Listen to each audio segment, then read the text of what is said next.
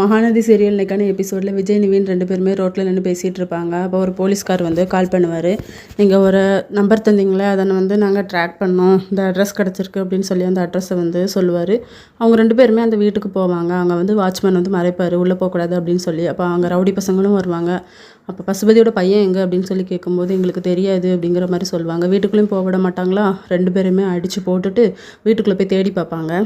நிவினும் விஜயும் உள்ளேயும் இருக்க மாட்டாங்க. வெளியே வந்து மறுபடியும் அந்த ரவுடி பசங்களை வந்து அடித்து கேட்பாங்க. முதல்ல சொல்ல மாட்டேன் பாரு, அதுக்கப்புறம் அங்கேருந்து கம்பி எடுத்து அடிக்க போகும்போது சொல்லிடுறேன் சார், இவ்வளோ நேரம் இங்கே தான் சார் இருந்தார், இப்போ தான் சார் கிளம்புனார், எங்கே போனாருன்னு எனக்கு தெரியாது சார் அப்படிங்கிற மாதிரி சொல்லிடுறான்.